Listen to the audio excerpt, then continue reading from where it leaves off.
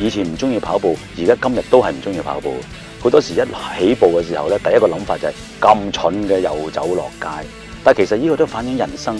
有時咧唔單止淨係我係中唔中意一樣嘢，而係我哋咧係夠膽踏出一步嘅時候，其實係跑完之後你先至舒服嘅。我相信咧就係呢啲嘅經驗嘅累積，俾我睇到。如果只要我繼續做嘅時候咧，我能夠改變我自己。喺嗰個過程裏邊嘅時候咧，體驗到自己原來上帝俾我哋好多能力，有時我哋低估咗噶。我哋唔跑就唔知道自己跑幾遠啊嘛。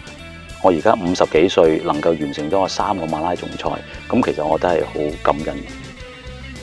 跑步俾我有一個體驗咧，就係教育好可能唔係就講聰唔聰明，或者係有幾多知識嚟掌握，而係真係透過一個累積嘅過程。等於我自己細個，我唔中意讀書，成績唔好，但係到今日，我能夠喺個社會裏邊參與，能夠被好多人嘅支持，我就相信等於跑步一樣，係好多一步一步嘅累積。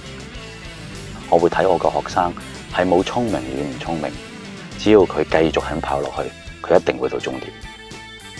我叫陳兆焯，香港土生土長，700萬個古仔成就一個香港古仔。